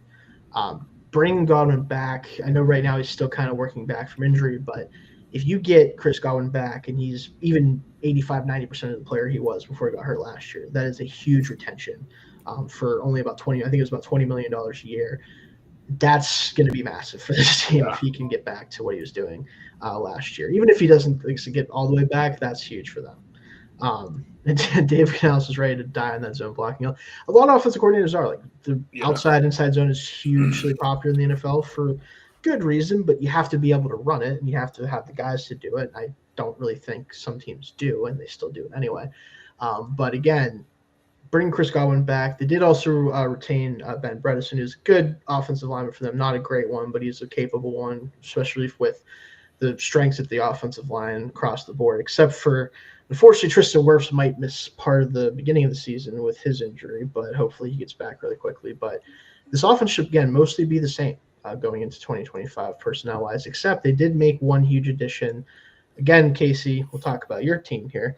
Emeka Egbuka, first-round pick out of Ohio State. Not where I thought they were going to go, and some people I know didn't like it very much because, hey, you brought Chris Godwin back. You still have Mike Evans. Well, I have a lot of reasons why I love the pick, but we'll talk about why it makes sense even with them retaining their guys and having those guys there. But Zach, I want to get your thoughts on the Igbuka pick in particular because, again, Godwin coming back, we know what to expect from him. What did you think about their decision to target receiver still with his retention with the first-round pick? Well, I mean, Godwin's coming back, but he got hurt late in the season, so you're not going to have him to start, and you still need people to target. And I mean, if you look at that, that just leaves Mike Evans. And if you have one guy, it's super easy to key in, and you have somebody who's had a lot of experience in college. I have to look at his name to make sure I pronounce it correctly. Yeah. Igbuka, and he excels in the areas that you want. He can really take over that slot for Chris Godwin, which, I mean, we have to be real. Like, both Chris Godwin and Mike Evans are getting up there in age. You need to find guys to replace them. So, I mean, it's not necessarily a crazy pick to bring in, especially with somebody who is now Chris Godwin, who has had two major career, like I wouldn't say threatening, but like impacting injuries. Yeah. What do you think with that move, Case? I know you obviously watched him for his whole career, I'm sure, as a Ohio State fan. What did you think about the Buccaneers' decision to make him the next addition at wide receiver here? It makes so much sense. I love this. I mean, I am a Buckeyes fan, but even as a football fan, Igbuka is like the guy that every dude's like, that's your dog. He's just gonna go out there, he's gonna put his nose in the dirt, he's gonna get those yards, he's gonna make that catch. Like, he's a slot receiver through and through. He's not afraid to put his nose in there. Like, Chris Godwin, like Zach was saying, he's getting up there in age. He's had some crazy injuries that a lot of guys don't come back from after one. So, like, this is a perfect signing for them. Don't hate the Tez Johnson signing. I mean, the draft pick, yeah. So, like, it's – dude, the Bucs are stacked on offense. I'm loving it. Yeah, and that's the thing. And like, the reason I say that like some people didn't like the pick is because they look at this team last year and like, wow, man, like the defense was just at times was really just a turnstile, especially in the secondary, and pass rush failed to get there a lot of the time. And Bowles is going to be aggressive with the blitzing anyway, but you want to be able to get home with force sometimes, play covers in the back end. But I think people forget, like, when Mike Evans and Chris Godwin were both banged up, what this offense looked like, despite the fact they were able to still do some things offensively, it was not the same. Like, that was why this team didn't win 11, 12, maybe even 13 games, because the offensive ceiling just completely fell apart when those two are both out. Yeah. You don't want to have that happen again. These are both older players who, realistically, Evans is still a great player. It's phenomenal last year. You hope he can maintain that for another couple of years. Godwin, again, he's dealt with this type of stuff before, and he's come back and been a really good player. If they're both fully healthy, that's awesome. Then Mika Igbuka can be even the third or fourth option, probably more likely fourth option in the passing game. That's great. He's eventually going to be one of these teams starters in the long term. Like, whether that's in the slot, you can play him outside a little bit too. This is the type of player you take because you do not want to worry about what happens if your top receiver goes down, because you can funnel the offense to some degree through a guy like this because you know where he's going to be. He's got enough explosiveness to be an after-the-catch threat. Like, he has all the tools that you need to be a really good slot receiver and occasionally step outside. I do think he has the capability to do that. Didn't have to at Ohio State because every year he played there as a starter, there was two other dudes who were going to be going to the NFL too on the outside, whether it was Olave and Garrett Wilson and JSN and now Jeremiah Smith last year. Like, there's always dudes around him where it's like he doesn't have to be the number one receiver, right? But there's a reason why he's their all-time leading receiver, because he stuck around for 4 years and he was constantly productive. He is the type of receiver that every NFL team wants to have, and taking him in the first round, even if you had other needs, makes total sense to me. So I have no problem with them doing that. Let's jump over to defense, because that's where they made more of their headway in terms of not only with the draft picks, because they had a lot more picks on that side of the ball, but did retain some guys and added one player in free agency that I think is very much boom or bust, but the boom potential is there. It really is, I think, with him. Let's talk about some of the guys that they were able to bring back. Levante David comes back for another year. Might be getting near the end here. I think he's still a good player, but the days of him being like top 3 linebacker that no one talks about probably are past him at this point. but it's good to have him back. Retained Greg Gaines and Anthony Nelson, some guys on the D-line especially that can be good depth for them. And the big one, the one that can make the most impact, Hassan Reddick comes over after a really weird year with the Jets, to say the least. And granted, the Jets... Is he gonna play? I think so. That's the idea. I think he got the contract he deserved, unfortunately, because he did what he did last year. But the Jets were a weird team last year. I'd almost kind of feel like it was something to do with them. I think Reddick is probably still a quality player. And if he can make good on what he used to be, even if it's 75, 80% of it, it should help the pass rush a lot. So that's kind of the key move in free agency that I think could help them a lot. Defense, yeah. Like, that's not much for this defense is, like, sticking out to me. Like, obviously re-signing Levante David, big. But Hassan Reddick, that's like, he complained so much that it was the Jets. He wanted out there, blah, blah, blah. All right, now you're on the Bucs. This should be a team that, spoiler alert, should win the division. Mm-hmm. Let's see what you can do. This is my key takeaway from the defense this year is what can Hassan Reddick do for them? Yeah, and then the honestly the draft we have to talk about as well, because they added guys, one of whom unfortunately has already gone down for the year, who I was actually really excited about, but we'll talk about that in a second. They drafted Benjamin Morrison, the corner out of Notre Dame, in the second round. Would have been a first-round player if he was healthy, in my opinion. I think he was an excellent cover corner when he was healthy at Notre Dame. Bringing Jacob Parrish is another option in the slot and outside a little bit. I think his home in the NFL ultimately is more of a slot player, but has the athleticism to hang outside, just a smaller player. David Walker, the edge. Unfortunately, he tore his ACL. He is done for the year. Already an older prospect, but really dominant FCS player. Really fun to watch. I hope that he gets back healthy next year, but that Hassan Reddick contract looks a lot better with that deal, or with that draft pick not working out this year. And he also added Elijah Roberts in the interior defensive line. So Benjamin Morrison's the big one here, in my opinion. If he can, even if it's this year, not this year, if he can be the long-term replacement for Jamel Dean, who is getting up there, isn't the player he was when he was younger, that's going to be huge for this defense, because the back end, even when it was healthy, wasn't as good as I think Bucs fans were hoping it to be.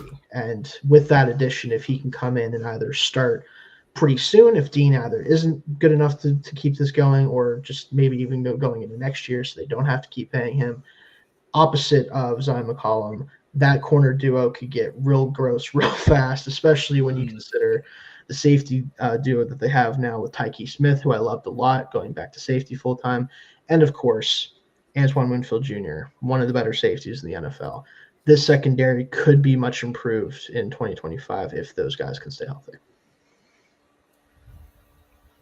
Yeah, I agree. I mean, they made some quality picks for their secondary, and I mean, like we said, unfortunately, with the injury to David Walker, and you have Hassan Reddick, so you hope he comes and is ready to play and is ready to show up and be there. So they made the good picks to adjust for their defense and fill those holes and try to adjust. You just hope that everybody fills in and gels well, because you made the picks and now you sit there and hope that, all right, you fit into the roster. This is how it should all work. And until we get snaps, that's what we're banking on. Yeah, absolutely. What do you think, Casey, with this kind of defensive moves they made? Do you think that they're going to be able to do more of what they tried to do last year with the aggressive blitzing defense, and the secondary has to hold up in that during that time period, or do you think that it's going to still give them some issues on the back end? I think they tried with this draft to be able to shore up that back end of the defense. I know, like you said earlier in the show, they were a turnstile where it was like the offense would go down, make a great play, and the defense would just – it was over. So I with the injuries early, I hope everything works out. I mean, like I said, it all hinges on Hassan Reddick at this point with that injury, and like, can he do that? Can the young guys that they picked up for the corners? I like Jacob Parrish. I liked him at K-State. So yeah, he's a fun player. Yeah, so I think this could be a fun year for the Buccaneers. All right, let's get into our expectations for this team. So for me, I need to see this team take the step from like scrappy playoff team with a high variance offense and a defense that's even more high variance, and get them to a point where they're actual legitimate consistent team in the not only in the playoffs but in the regular season, to kind of stop with this game of like, are you going to win the division at the end, or are you not? Or that's what they've been doing the past couple of years, where they look like the best team in the division, but they just lose a couple games you don't think they should. They win a couple games that you didn't expect them to, and it all ends up being 10-7, 9-8, right? I want to see this team win 11, 12 games, have a stranglehold on this division for most of the year, show that the defense can step up and make plays whenever they haven't been able to because of that pass rush in particular. And the offense with Baker Mayfield, who at this point, if you're not a fan of Baker Mayfield, no matter where you rank him among quarterbacks, I don't know what you're doing. Dude's awesome to watch. He's going to throw some picks. He's going to throw some balls that you probably wish he didn't throw, but he's going to also throw, 4,500 yards and probably 30, 35 touchdowns. So you take that and you live with it. If they can win 11, 12 games and just put it to bed pretty early in the season, comparatively, obviously probably not early, but look like they're the best team in the league, or not in the league, in the division, and keep it that way. That's what I'm expecting for them in 2025.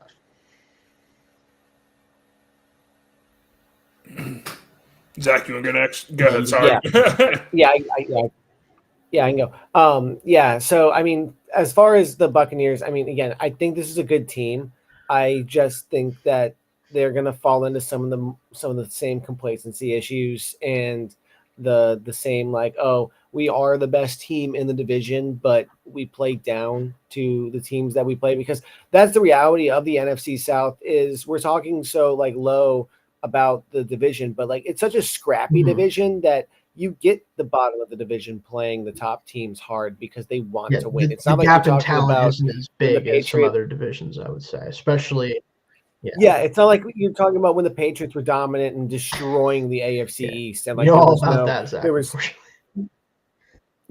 well, but like we've seen those dominations where like the rest of the division just can't keep up. But that's not what the NFC South is, and we see the Buccaneers time and time again play down to the skill of their opponent and not just put the pedal to the metal and just take over the games and win the games and put it out of reach. So I unfortunately feel like, again, that's going to happen this year because, like, yes, they made some positive moves, but at where it counts most, you still are the same.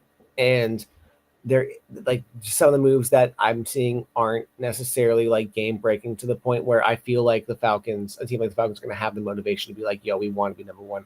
Or a team like the Panthers, if they get on a streak and get lucky a few weeks, that they're like, oh, we can take this. Like, what's stopping us? To where I don't feel like the Buccaneers have that like motive. Not that they don't have the motivation to win games. Every team has the motivation to win games, but they don't have that drive behind them to where like they are fighting against the other teams. They're supposed to win this division. That's what it's expected to be. These other teams are below them. I feel like that's going to play a very big boost for everybody else and be a detriment to the Buccaneers this season. All right, what do you think, Casey?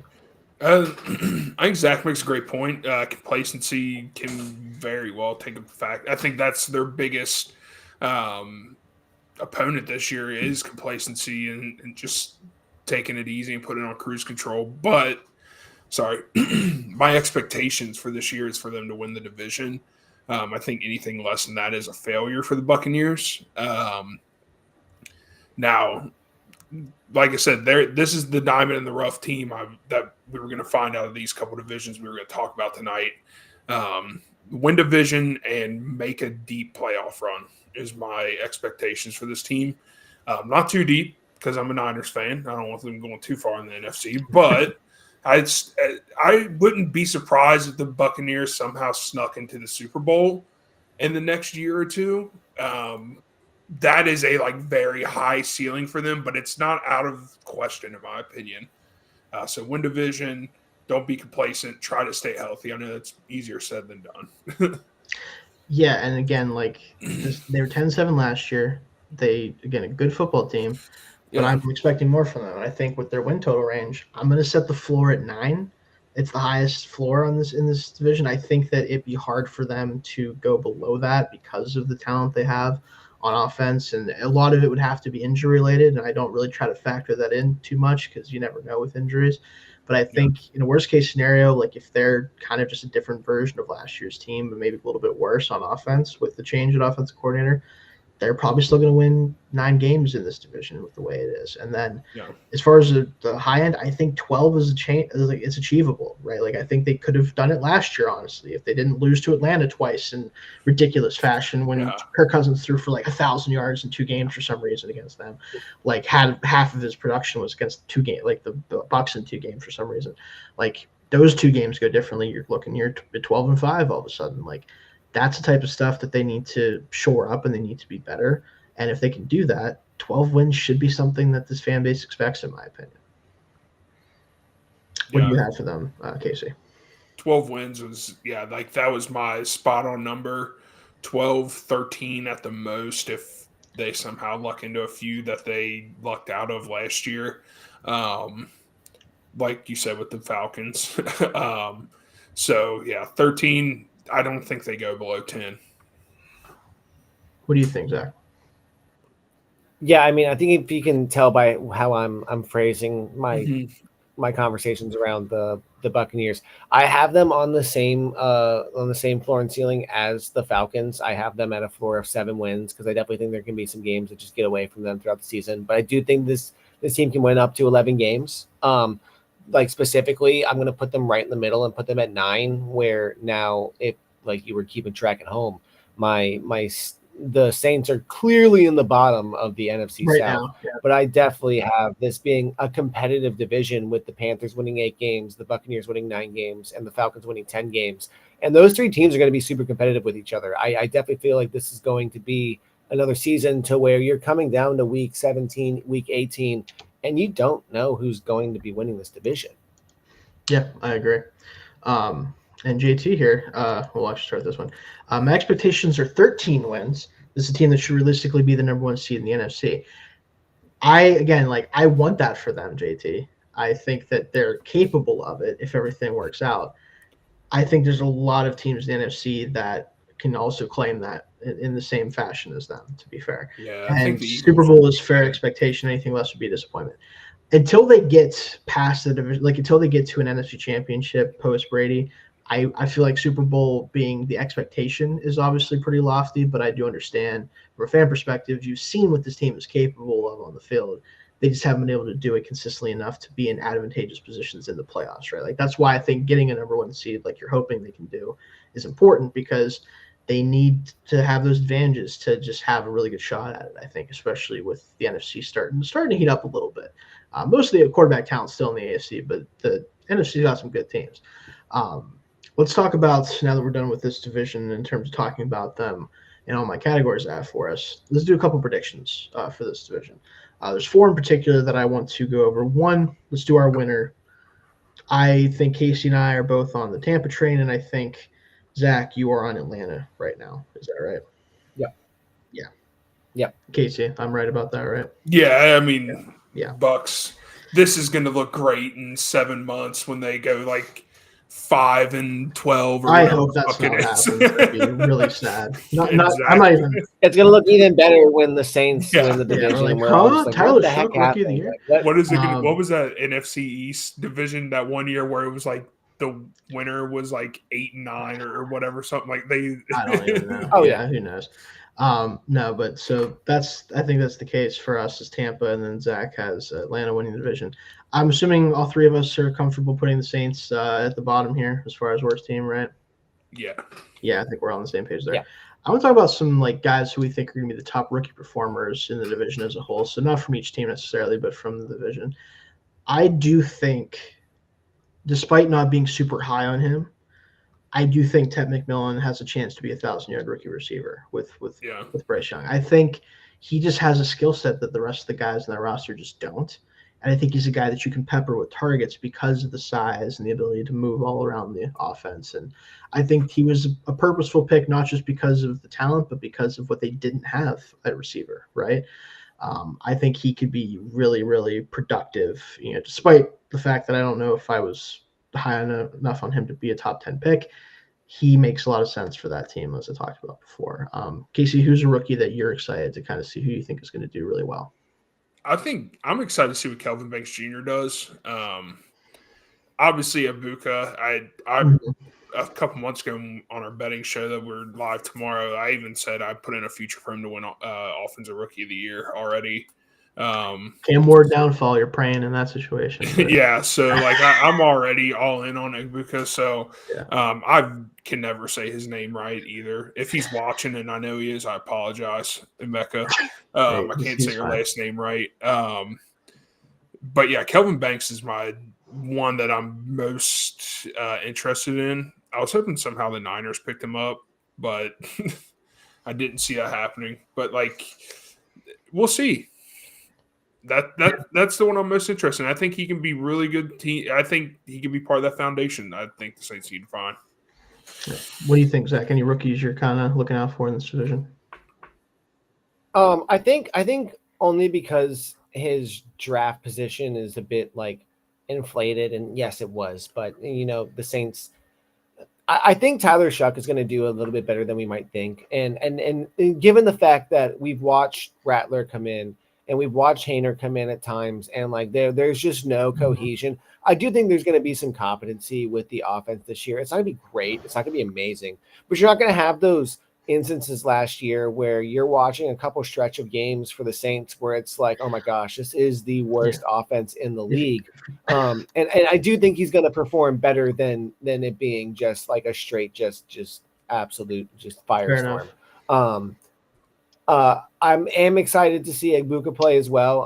That trio of Evans, Godwin, and Ibuka on the field is going to be tantalizing to see come to fruition, and just see them all going to town.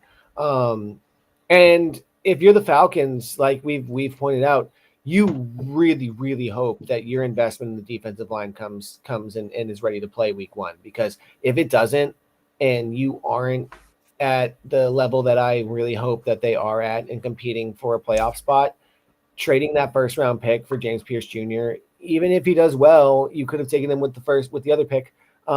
It's gonna look pretty bad. Yeah.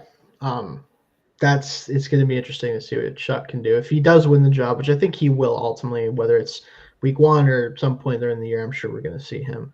A couple other guys I want to throw out there that I'm curious about. Of course, Jalen Walker with the Falcons is certainly one I'm curious about, because I had him as a second-round pick. I didn't see the upside as a pure edge player. I didn't think the linebacker instincts were enough there either to be like a first-round linebacker. So 15th overall pick is even lower than he was projected, to be fair, but for me, it was a bit of a reach. So I'm curious.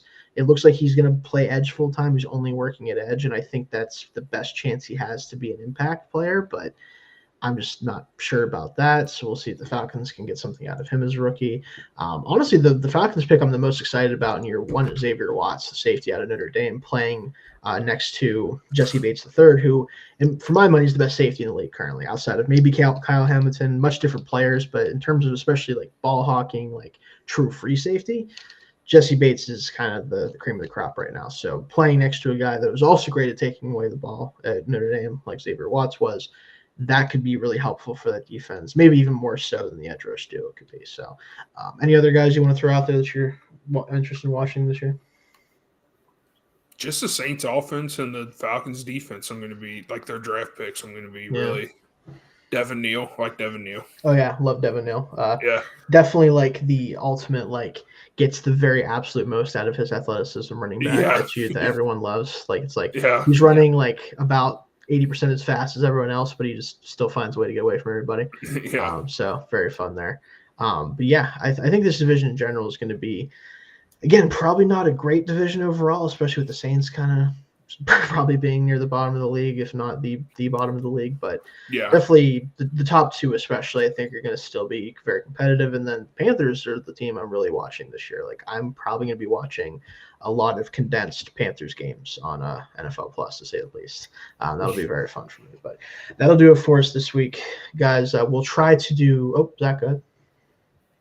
I do want to share one thing, not related to the NFC South, but related to the NFL while we were on unfortunately for NFL fans, the ESPN and NFL have announced the agreement for the ESPN to acquire NFL Network and Red Zone from the NFL, which, hey, we had a good run while Red Zone was a standalone product for a while, but we can say likely goodbye to that and likely commercial-free football. I really hope they don't end Red Zone as an entire product, because that will be the saddest day ever. Yeah. But it's not looking great for non-cable football fans. It's definitely not going to be commercial-free anymore. I'll tell you that.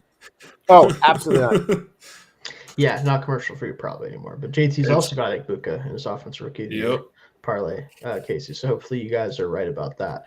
But that'll do it for us this week. Again, we're going to try to do another episode before Tuesday. I might try to get somebody on for maybe this Friday coming up to talk about the AFC South. We'll see what we can do with that. But we'll make sure we get all these divisions talked about before the season kicks off. But again, that'll do it for us tonight, guys. You guys have a great rest of your night. And if you're an NFC South fan, I hope that we didn't trash your team too bad. Even the teams we liked a lot. Hopefully we didn't say anything too upsetting for you guys. But let us know for sure. Good luck to you this year. Yes, good luck to I want every team to do well, except maybe the ones in my division. Even then, who cares? As a Steelers fan, who cares? Yeah. But no, we'll see you guys.